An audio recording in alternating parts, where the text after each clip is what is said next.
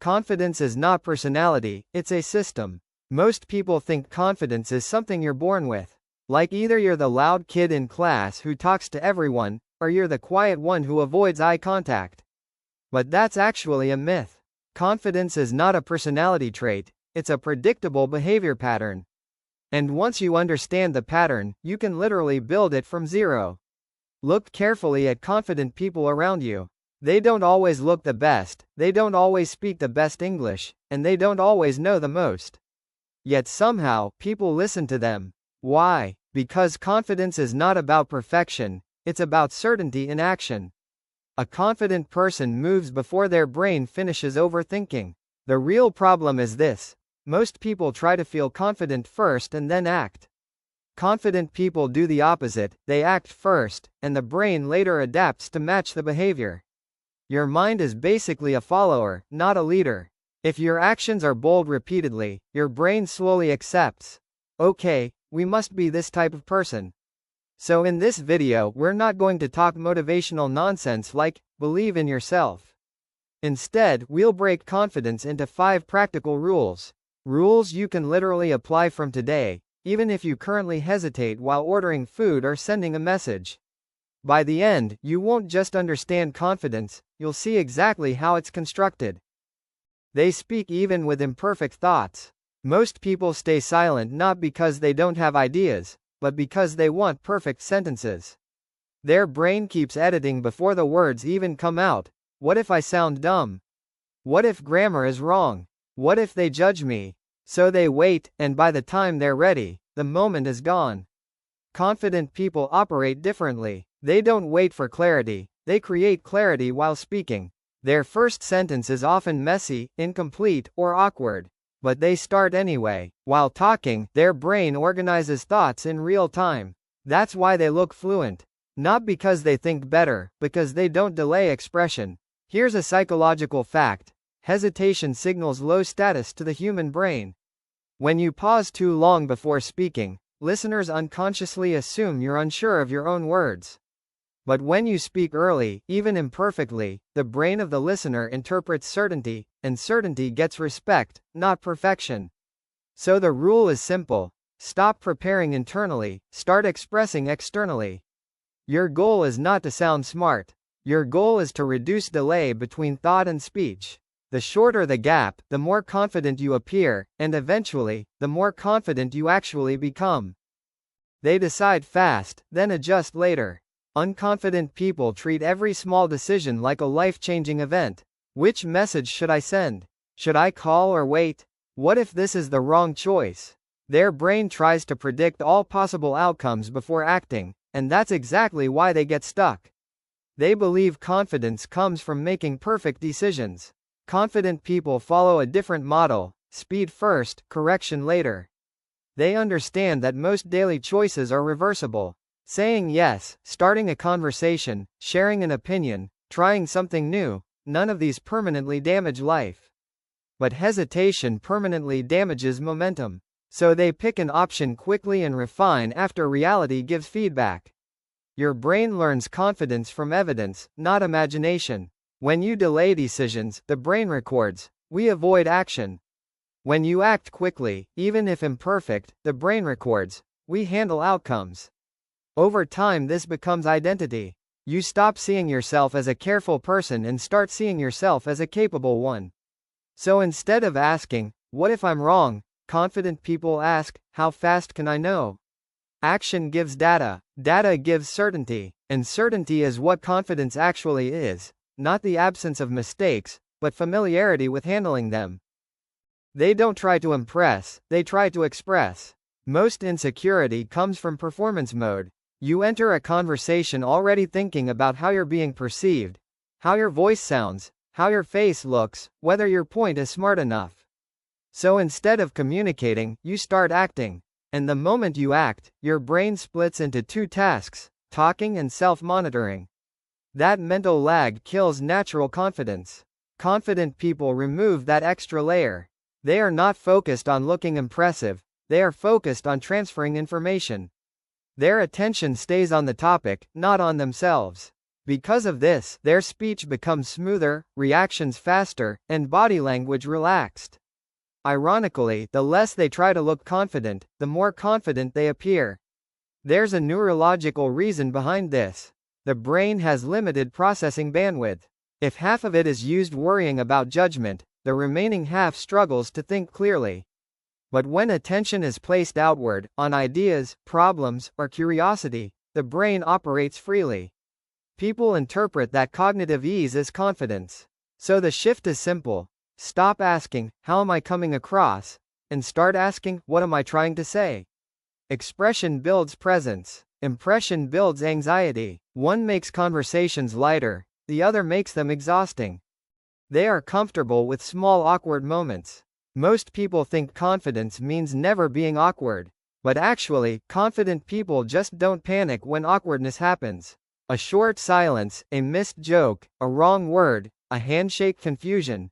These tiny social glitches happen constantly in human interaction. The difference is interpretation. Unconfident people see it as damage. Confident people see it as normal noise. Here's what really happens psychologically. When you react nervously to a small mistake, you signal to your own brain that something dangerous occurred. Your heart rate rises, your thinking tightens, and you become hyper-aware of yourself. But if you stay calm and continue naturally, the brain records the event as harmless. Over time, social fear literally rewires downward. Confident individuals don't rush to repair every moment. They don't over-explain, over-apologize, or fill every silence. They allow conversations to breathe. This gives them composure. People subconsciously trust those who seem unaffected by minor disturbances. It signals emotional stability. So instead of trying to avoid awkwardness, practice staying steady inside it. Pause normally. Smile lightly. Continue speaking. The moment passes much faster than your mind predicts. Confidence isn't the absence of discomfort, it's the ability to remain unchanged while it exists. They don't seek approval before acting. A common habit of low confidence is invisible permission seeking. People soften every statement. Maybe, I think, I'm not sure, but sorry if this sounds weird. Before even expressing an idea, they prepare an exit in case others disagree. The brain's goal becomes safety, not communication. Confident people don't remove politeness, but they remove pre-apology. They state thoughts directly, then let others react. Notice the difference. Instead of asking, "Is this okay to say?" they say it, and then discussion begins. They treat conversations as exchanges, not judgments. There's an important psychological mechanism here. When you constantly seek approval first, your brain learns dependency. It waits for validation to move. But when you act and tolerate mixed reactions, your brain learns autonomy. Confidence grows when your decisions stop depending on emotional permission from others. So practice replacing soft openers with neutral statements. Not aggressive, not arrogant, just clear. The goal isn't dominance. The goal is independence from constant reassurance. The moment you stop negotiating your right to speak, your presence automatically becomes stronger. They maintain calm body language even when nervous. Confidence is judged by the eyes before the ears. Long before people process your words, they read posture, movement speed, and facial tension. That means even if your mind is nervous, your body can still communicate stability, and the brain of both you and the listener will follow the body's signal. Unconfident behavior usually shows as micro-rush. Fast walking, quick nodding, overreactive expressions, constant shifting, touching face, adjusting clothes repeatedly. These movements are attempts to discharge anxiety energy. But ironically, they amplify anxiety because your brain interprets your own movements as evidence of danger. Confident people don't necessarily feel calmer, they move calmer. Slightly slower hand gestures, stable eye contact, relaxed shoulders, and pauses before responding. These behaviors send feedback to the nervous system. Nothing urgent is happening. The heart rate drops, thinking becomes clearer, and others perceive composure. So instead of trying to remove nervousness, control tempo. Slow your physical reactions by 10 to 15%. Sit still for 1 extra second before replying. Let your hands rest between gestures. Your mind will gradually synchronize with your body. Confidence often starts as posture training before it becomes emotional reality. They focus on value, not validation. Insecure thinking constantly revolves around one silent question: do people like me? Because of that, a person starts filtering themselves, agreeing even when they don't mean it, laughing when nothing is funny, and hiding real opinions just to avoid tension. The conversation becomes performance instead of communication. Confident people flip this completely. Their attention is not on being liked, but on being useful in the moment. They enter interactions with a simple internal goal: leave the exchange slightly better than before. They clarify a point, add information, ask a thoughtful question, or bring a relevant idea. Because the brain is occupied improving the interaction, it stops monitoring the self every second.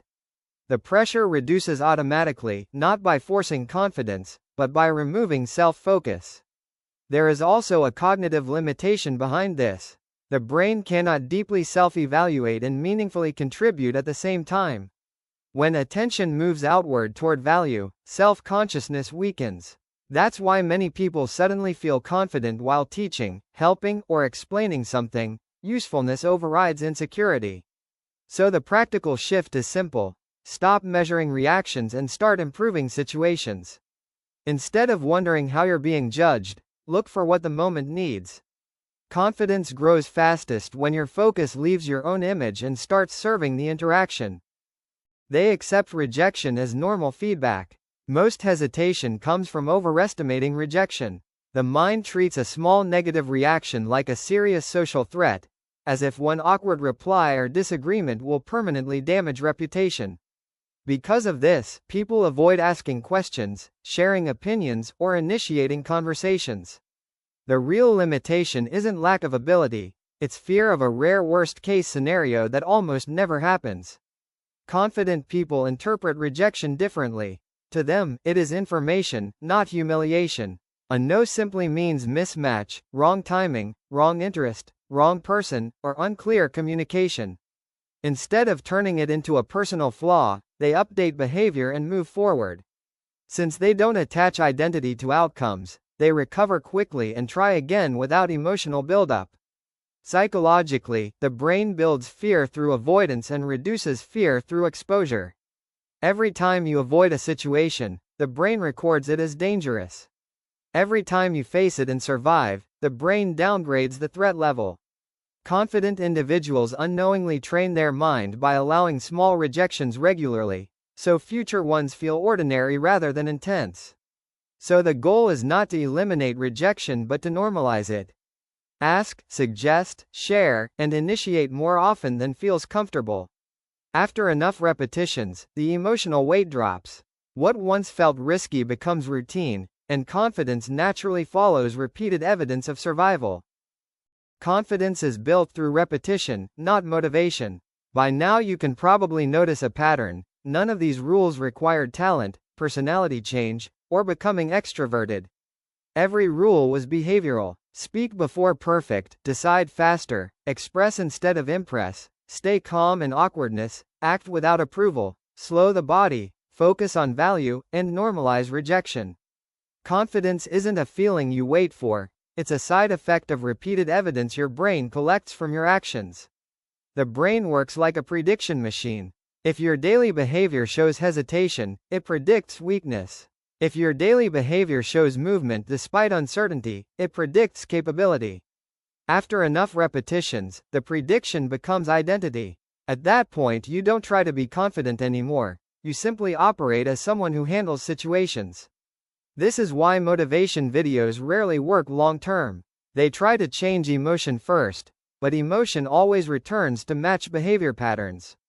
Change small actions repeatedly, and emotion automatically follows.